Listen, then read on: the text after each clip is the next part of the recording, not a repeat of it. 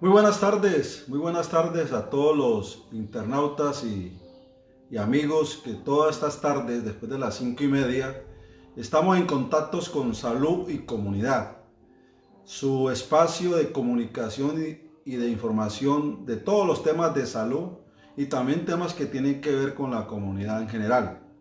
Pues hoy, como le hemos dicho el día de ayer, vamos a hablar un poco sobre las fases de aislamiento y de las pandemias que han habido en la historia. Los invito a que en estos 15 minutos pues hagamos un análisis de lo que ha pasado en el mundo, lo que ha pasado en Colombia, cómo han sido las fases que en Colombia se han realizado hasta el día de hoy y qué nos espera hacia el futuro. Así que bienvenidos y veamos qué va a pasar y qué ha pasado en la historia con las pandemias.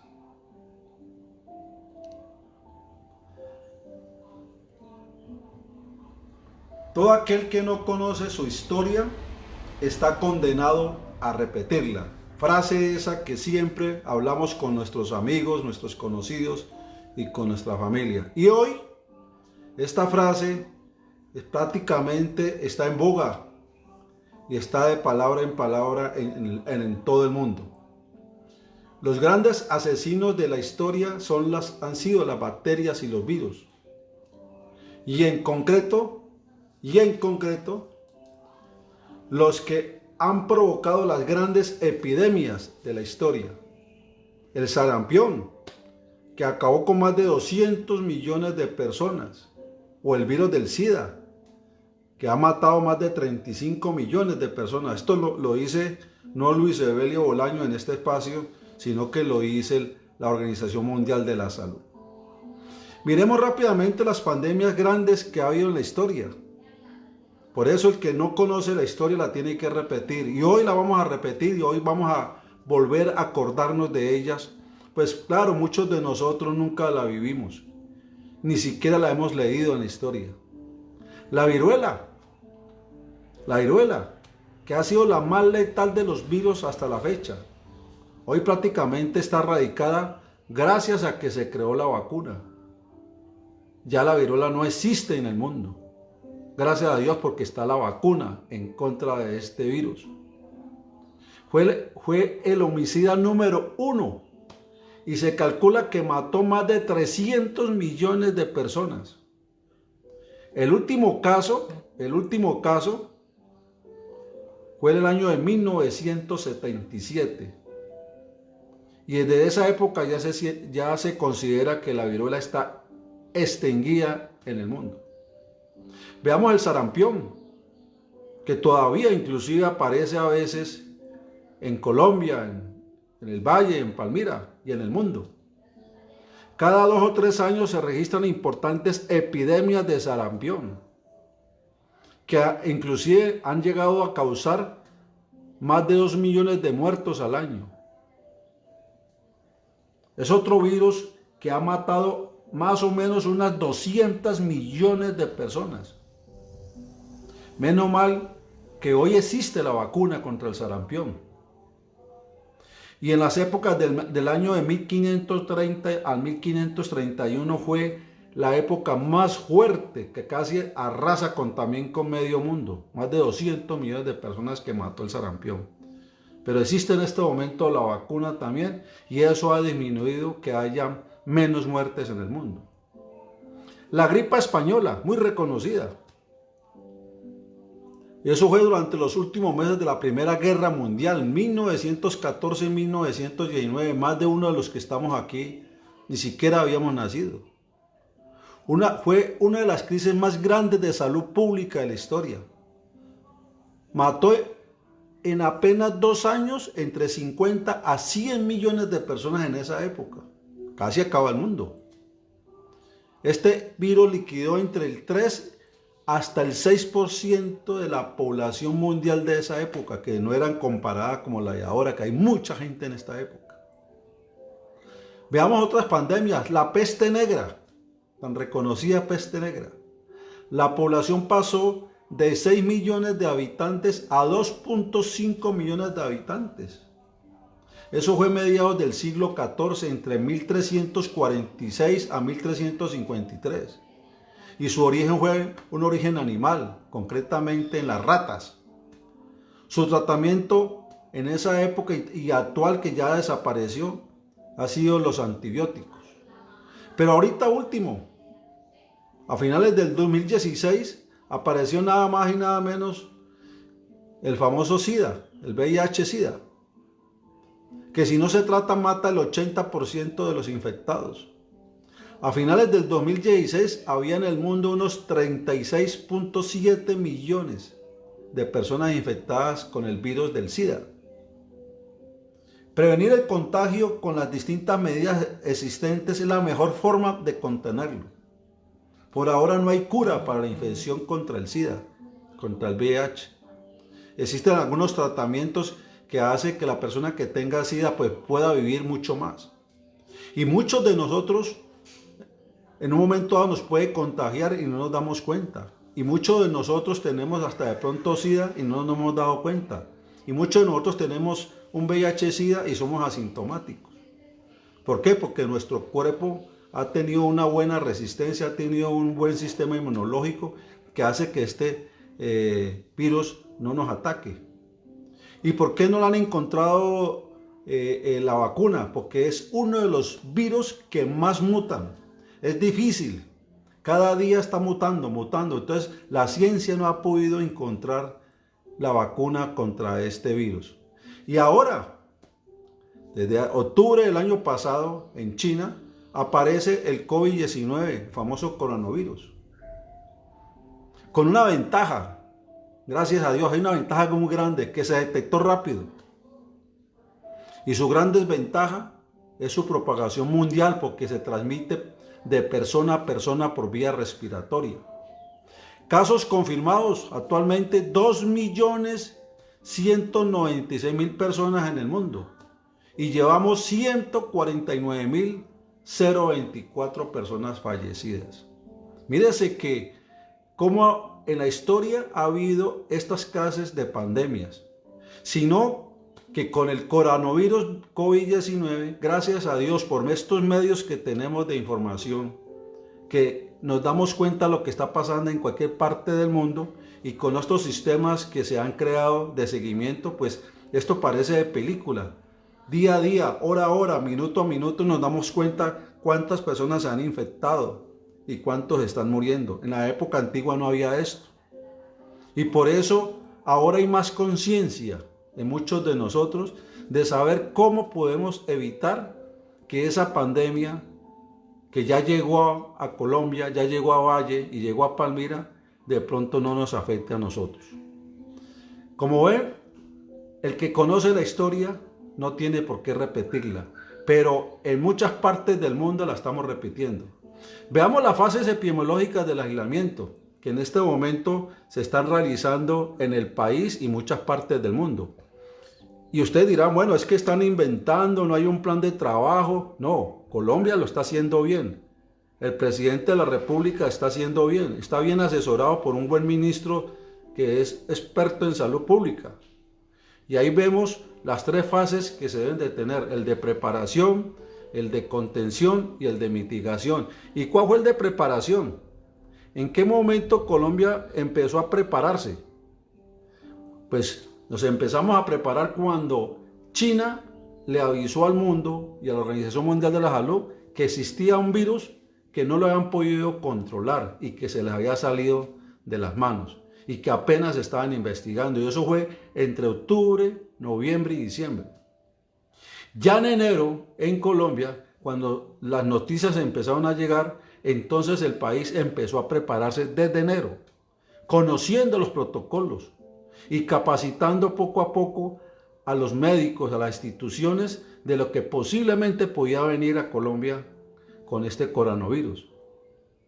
Cuando aún no había todavía los casos confirmados en el territorio nacional, se empezaron a hacer simulacros en los hospitales, en las unidades de control sanitarios, en los mismos aeropuertos. Se empezó a reforzar la red de vigilancia epidemiológica y se empezó a ver cómo podíamos detectar los pacientes sospechosos o casos probables o confirmados. Y fue cuando empezaron a llegar, este virus empezó a llegar principalmente por el aeropuerto. ¿Cuál aeropuerto?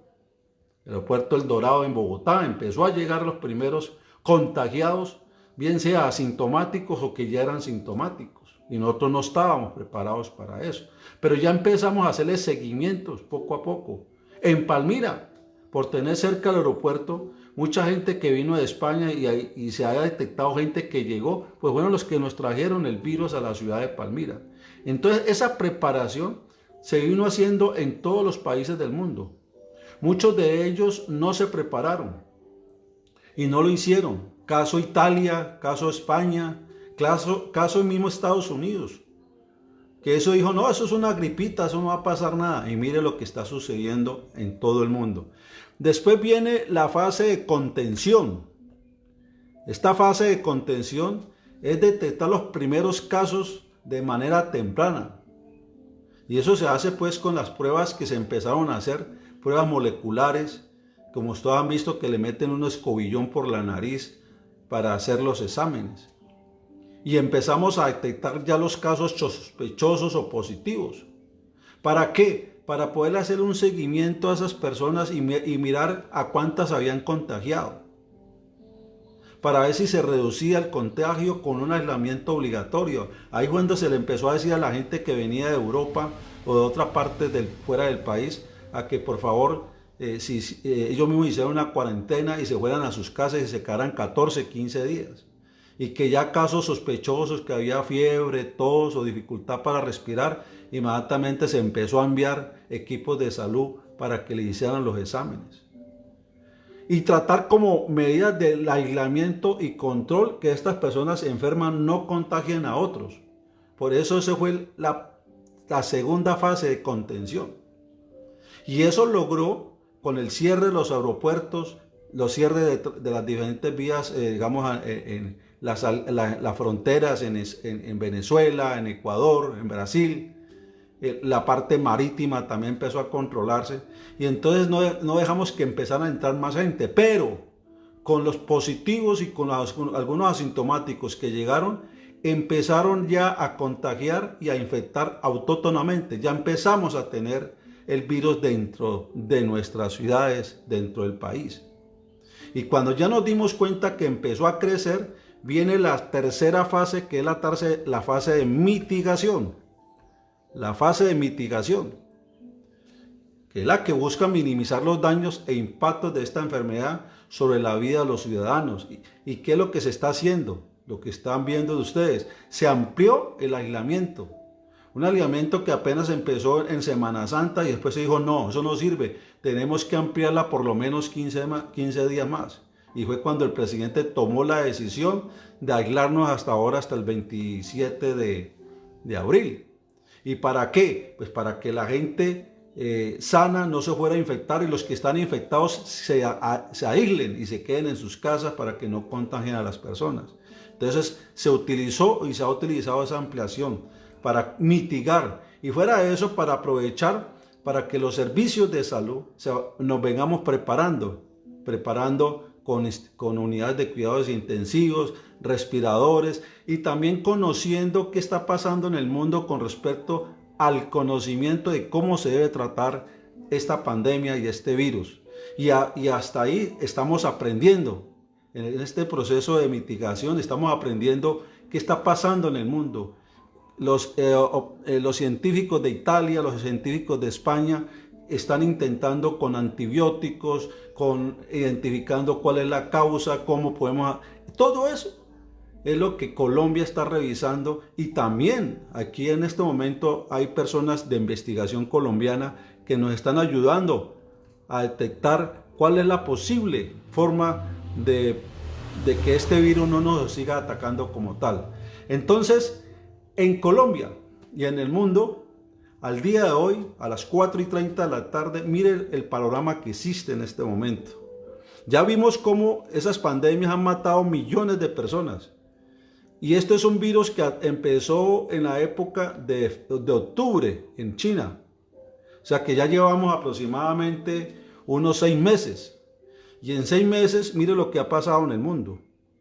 La estadística, 2.114.269 casos confirmados. Y cuando dice confirmados es porque se le hicieron las pruebas. Pero también se han recuperado 568.409 personas. Eso es bueno. Quiere decir que a pesar que es muy letal, la gente se recupera.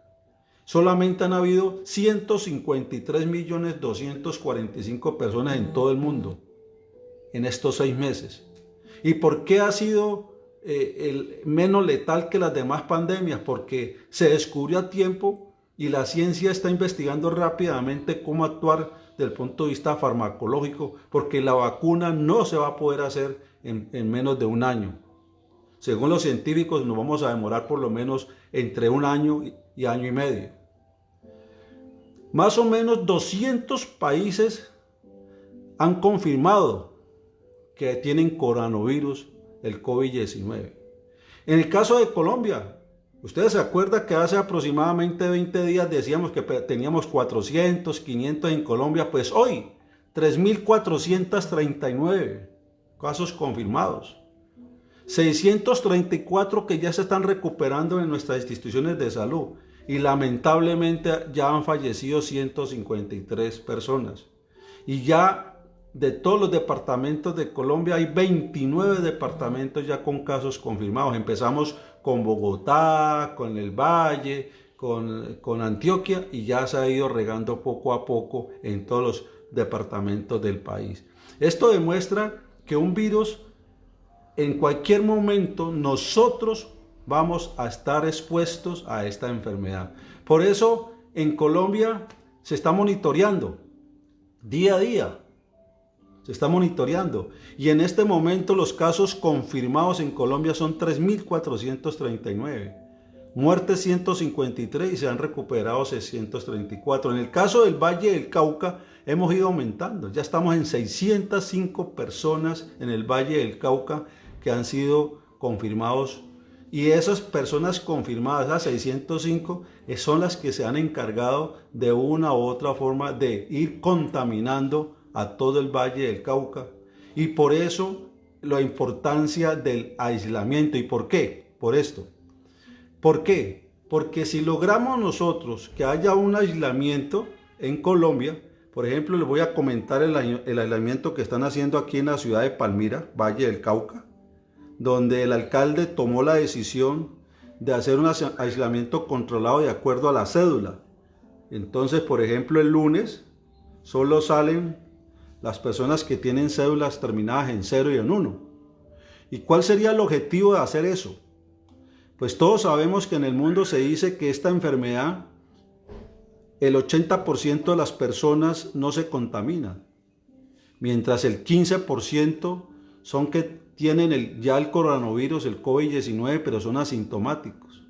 Pero aproximadamente el 5% de la población pueden ser sintomáticos y positivos. Entonces, si nosotros logramos aislar controladamente y que solo salgan las personas, entonces mírense, por ejemplo, en el día del lunes, salen el 80% que supuestamente deben estar sanos, un 15% de que deben estar asintomáticos y un 5% que son positivos. Y esto produce algo muy importante hacia el futuro, de que nuestro sistema inmunológico de estos 80 sanos reciban la enfermedad un poco disminuida. ¿Por qué? Porque no hay mucha gente en ese momento circulando. Porque los asintomáticos le pueden entregar la enfermedad a este 80%, pues se la va a entregar ya disminuida.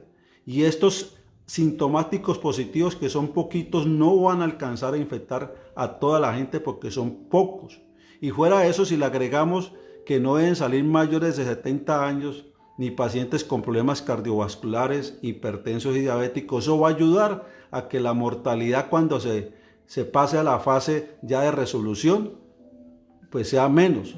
Por eso este aislamiento controlado que estamos viviendo en este momento en el país permite que los hospitales de Colombia,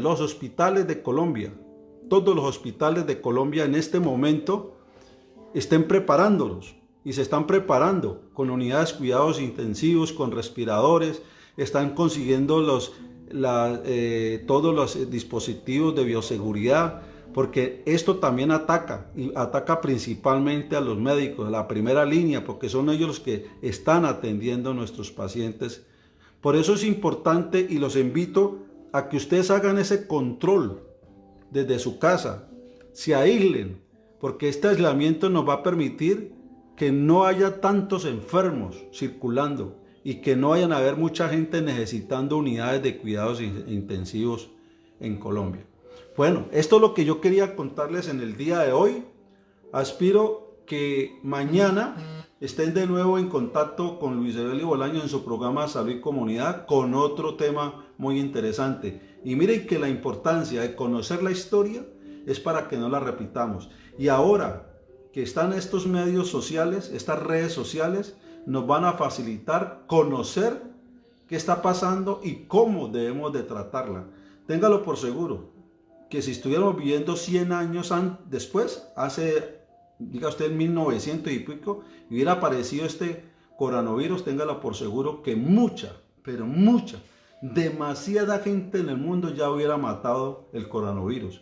Pero con todas estas estrategias que se están haciendo en el mundo, que se está haciendo en Colombia, en el Valle y en Palmira, pues la muerte va a ser mucho menos. Se dice que sería aproximadamente entre 2 al 3 o hasta el 5% la mortalidad que produce este virus en una comunidad. Por eso lo importante es quedarnos en nuestras casas y cuidar a nuestros ancianos, a nuestros hipertensos, a nuestros diabéticos. ¿Por qué? Porque ellos tienen el sistema inmunológico muy deprimido como tal.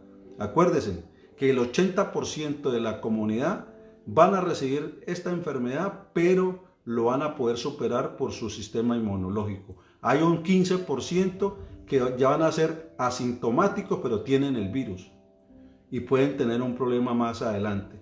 Pero hay un 5% que tienen su aparato inmunológico muy deficiente y esos sí los que van a peligrar. Por eso necesitamos que nos quedemos dentro de nuestras casas para que cuando ese 5% requieran de los servicios de salud, requieran las unidades de cuidados intensivos y requieran los respiradores, pues realmente lo tengan y podamos salvar muchas vidas. Los espero mañana. Muchas gracias. Chao.